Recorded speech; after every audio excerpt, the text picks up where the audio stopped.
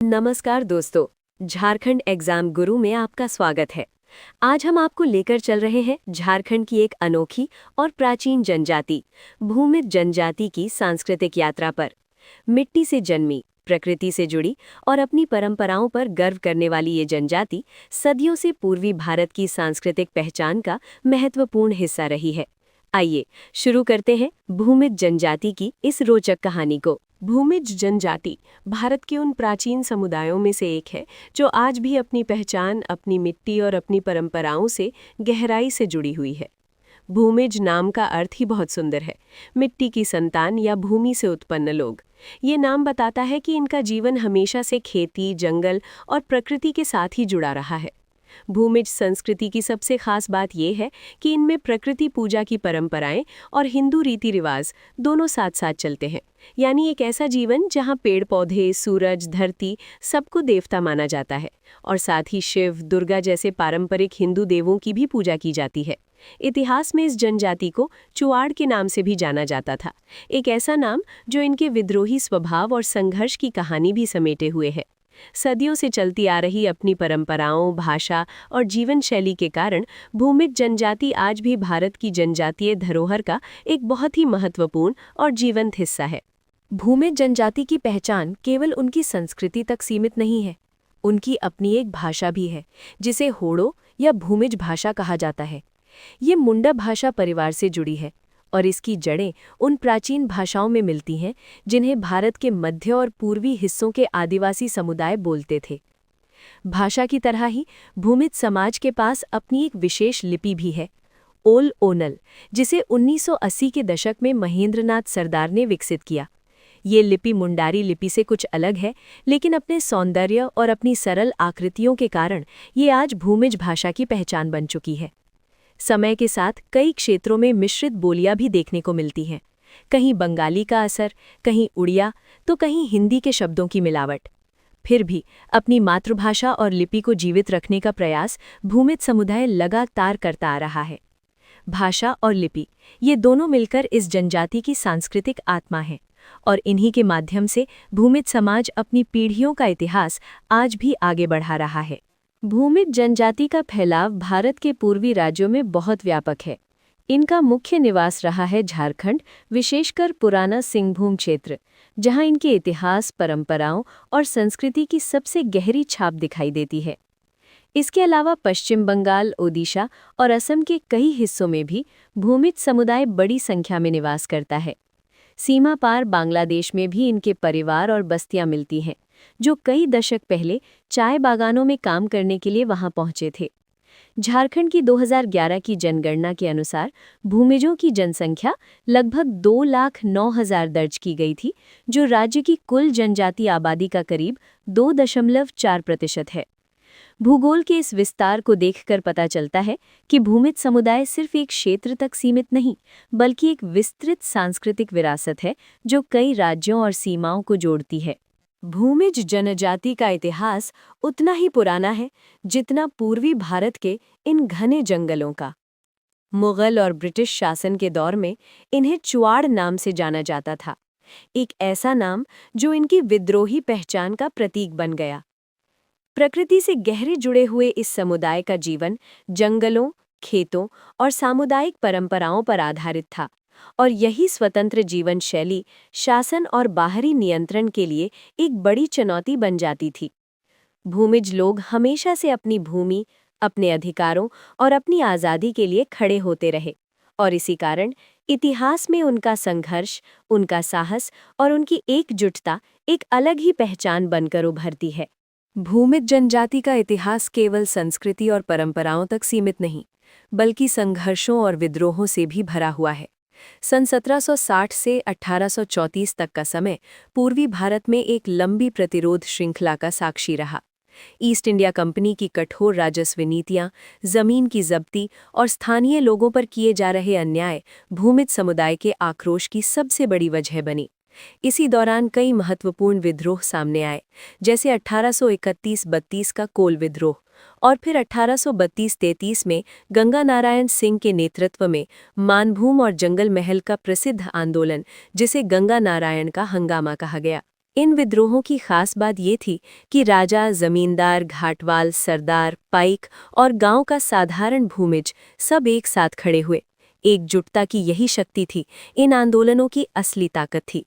अंग्रेजों ने कई बार सेनाएं भेजी, गढ़ों पर हमले किए और विद्रोही नेताओं को पकड़ने की कोशिश की।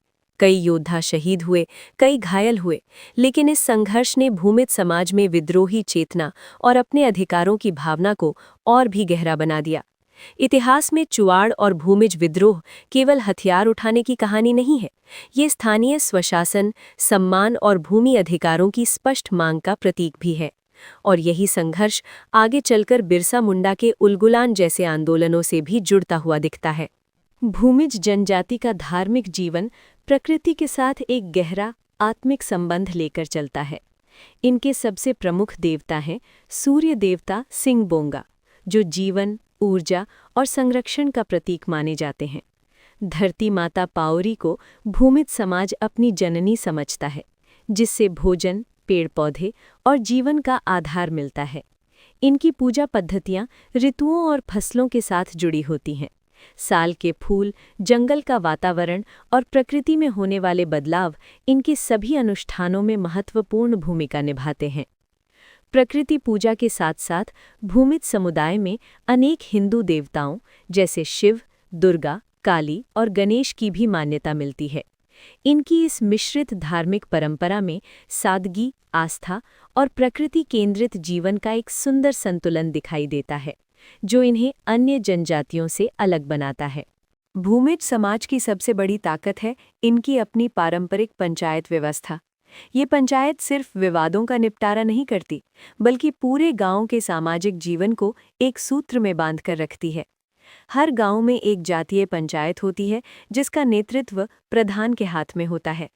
प्रधान का पद वंशानुगत होता है और समुदाय में उनके निर्णयों को सम्मान दिया जाता है। भूमिजों में पैतृक संपत्ति का बंटवारा भी काफी समानता के साथ होता है।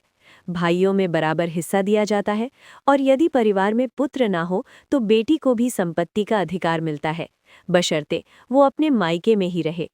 ये व्यवस्था न सिर्फ न्याय का आधार है, बल्कि ये बताती है कि भूमिज समुदाय सद्भाव, समानता और पारिवारिक जिम्मेदारी को कितनी अहमियत देता है। आज भी आधुनिक बदलावों के बावजूद इनकी पारंपरिक पंचायतें समुदाय की पहचान का एक महत्वपूर्ण हिस्सा बनी हुई हैं।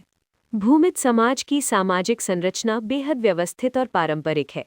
ये समुदाय मुख्य रूप से गोत्रों पर आधारित होता है, यानी हर व्यक्ति एक विशेष कुल या वंश से जुड़ा होता है। इन्हीं गोत्रों के आधार पर विवाह के नियम भी तय किए जाते हैं। भूमिज समाज में बहिर्विवाह का सिद्धांत बहुत महत्वपूर्ण है, अर्थात एक ही गोत्र के भीतर विवाह पूरी तरह वर्जित माना जाता है। ये नियम न केवल परंपरा की रक्षा करता है, बल्कि समुदाय में संतुलन और सामाजिक दूरी को भी बनाए रखता है।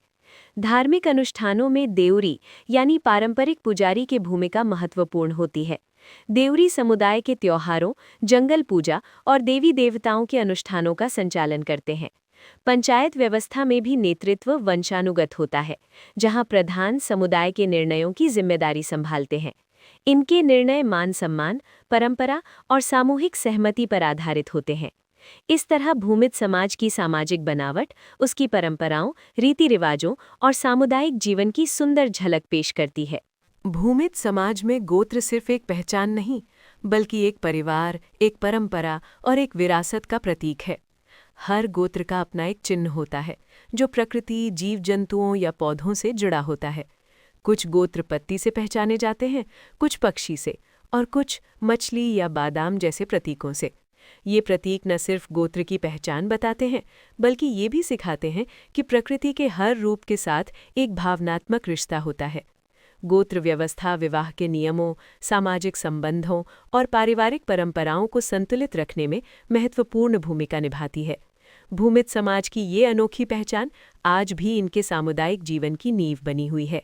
भूमिज समाज में सामाजिक मर्यादा को बहुत महत्व दिया जाता है। यहाँ हर व्यक्ति से उम्मीद की जाती है कि वो समुदाय के नियमों का सम्मान करे, और इसी से समाज में संतुलन और विश्वास बना रहता है। भूमिज संस्कृति में सगोत्रीय विवाह यानी अपने ही गोत्र में शादी करना सख्ती से वर्जित माना गया है। ये नियम न सिर्फ परंपरा की रक्षा करता है, बल्कि सामाजिक संबंधों को भी स्वस्थ बनाए रखने में मदद करता है। व्यभिचार को यहाँ एक गंभीर अपराध माना जाता है। ऐसे मामलों में पंचायत आगे आती है और समुदाय की नज़र में ये विश्वासघात के रूप में देखा जाता है। इसके अलावा अन्य जाति के साथ अवैध यौन संबंध भी एक सामाजिक अपराध के रूप में माने जाते हैं, क्योंकि भूमिज समाज का मानना है कि ऐसे संबंध समुदाय की एकता और सांस्कृतिक निरंतरता को प्रभावित करते हैं। इन नियमों के माध्यम से भूमिज समाज अपनी परंपराओं, नैतिक मूल्यों और सामुदायिक एकजुटता को पीढ़ियों से बनाए रखे हुए है। भूमिज समाज का त्योहारों से रिश्ता प्रकृति, फसलों और सामुदायिक जीवन के साथ गहराई से जुड़ा हुआ है। सबसे महत्वपूर्ण त्योहार है सरहुल। इस दिन गांव के लोग साल के फूलों के साथ धरती माता और प्रकृति की पूजा करते हैं। सरहुल नए मौसम के आगमन और जीवन के पुनर्जन्म का प्रतीक है। दूसरा बड़ा उत्सव है बंदना पर्व। ये त्योहार पशुधन, विशेषकर गायों के सम्मान में मनाया जाता है। सुबह सुबह घरों के आंगन में सुंदर अल्पनाएं बनाई जाती हैं और पशुओं को सजाकर प्यार और कृतज्ञता के साथ पूजा की जाती है। भूमिज समाज मानता है कि पशुधन ही उनकी कृषि और आजीविका का आधार है। फसल कटाई से जुड़ा सबसे रंगीन उत्सव है टूसू। इसमें युवा महिलाएं टूसू देवी की प्रतिमा लेकर गीत, नृत्य और हर्षोल्लास के साथ गांव-गांव जाती है। ये त्योहार खुशी, एकता और नई फसल की समृद्धि का प्रतीक है। इन त्योहारों के माध्यम से भूमिज समाज न सिर्फ अपनी परंपराओं को जीवित रखता है, बल्कि प्रकृति और सामुदायिक जीवन के साथ अपने गहरे संबंध को भी हर साल दोहराता है। भूमिज समुदाय की जीवन शैली में उनके पारंपरिक वेशभूषा और आभूषण एक खास पहचान रखते हैं। पुरुष सामान्यतः साधारण शर्ट और धोती या लुंगी पहनते हैं, जबकि महिलाएं खूबसूरत साड़ी और ब्लाउज में दिखाई देती हैं। गहनों में नथ, झुमके, मोतियों के हार और पीतल की चूड़ियां इनके पारंपरिक सौंदर्य का हिस्सा है, जो उनकी संस्कृति और सामाजिक स्थिति दोनों को दर्शाते हैं। भूमिज समाज में लोक नृत्य और संगीत का भी अपना अनोखा स्थान है। त्योहारों और ख़ास अवसरों पर मादल की धुन के साथ सामुदायिक नृत्य किया जाता है। भोजन, उत्सव और नृत्य, ये तीनों मिलकर इनके सामाजिक जीवन को जीवंत बनाते हैं। युद्ध कौशल की बात करें तो फिरकल नाम की पारंपरिक युद्ध कला आज भी कुछ क्षेत्रों में संजो कर रखी गई है। ये न सिर्फ शारीरिक प्रशिक्षण है, बल्कि उनके गौरवशाली इतिहास की एक अमूल्य धरोहर भी है। भूमिज जनजाति की जीवन शैली प्रकृति से गहराई से जुड़ी हुई है। इनका भोजन सरल है, लेकिन पूरी तरह स्थानीय वातावरण पर आधारित। साल भर चावल इनका मुख्य आहार रहा है। इसके साथ रागी, दालें और मौसमी सब्जियां इनके भोजन का महत्वपूर्ण हिस्सा है। मांसाहार में वे सामान्य मांस और मछली तो खाते हैं, लेकिन गोमांस और सूअर के मांस से पूरी तरह परहेज करते हैं। ये इनके सांस्कृतिक विश्वासों का हिस्सा है। रोजगार की बात करें तो भूमिज समाज सदियों से खेती, मछली पकड़ने और जंगलों से मिलने वाले उत्पादों पर निर्भर रहा है। शिकार भी कभी-कभी जीवन का एक जरिया रहा है। आज भी बहुत से परिवार खेतों के काम और मौसमी मजदूरी से अपनी आजीविका चलाते हैं। त्योहारों और विशेष अवसरों पर महुआ या अक्की जैसी पारंपरिक मदिराएं इनके सामाजिक जीवन का हिस्सा है। कुल मिलाकर भूमिज समुदाय का जीवन प्रकृति की लय के साथ चलता है, जितना सरल उतना ही सादगी और परंपरा से भरा हुआ। भूमिज समाज के संघर्ष और सांस्कृतिक इतिहास में कई ऐसे वीर और प्रतिभाशाली व्यक्तित्व हुए हैं, जिन्होंने आने वाली पीढ़ियों के लिए एक मिसाल कायम की। इनमें सबसे प्रमुख नाम हैं गंगा नारायण सिंह, जो भूमिज विद्रोह के महानायक माने जाते हैं। अंग्रेजी शासन के विरुद्ध उनका नेतृत्व जंगल महल और मानभूम क्षेत्र में आत्मसम्मान की लड़ाई का प्रतीक बन गया। इसी परंपरा को आगे बढ़ाते हुए रघुनाथ सिंह, जगन्नाथ सिंह, दुर्जन सिंह और सुबर सिंह जैसे कई योद्धाओं ने भी विद्रोह की लौ को जीवित रखा। समकालीन समय में गंभीर सिंह मुंडा को 1981 में पद्मश्री से सम्मानित किया गया। ये भूमिज समाज के योगदान की एक बड़ी मान्यता थी। भाषा और साहित्य के क्षेत्र में महेंद्रनाथ सरदार का योगदान अद्वितीय है। उन्हीं के द्वारा ओल अनल लिपि का विकास किया गया, जिसने भूमिज भाषा को एक नई पहचान दी। लेखक लुस्कू समाद ने भी अपनी लेखनी से समाज की आवाज़ दुनिया तक पहुंचाई। राजनीति और खेल में भी भूमिज समुदाय ने अपनी जगह बनाई है।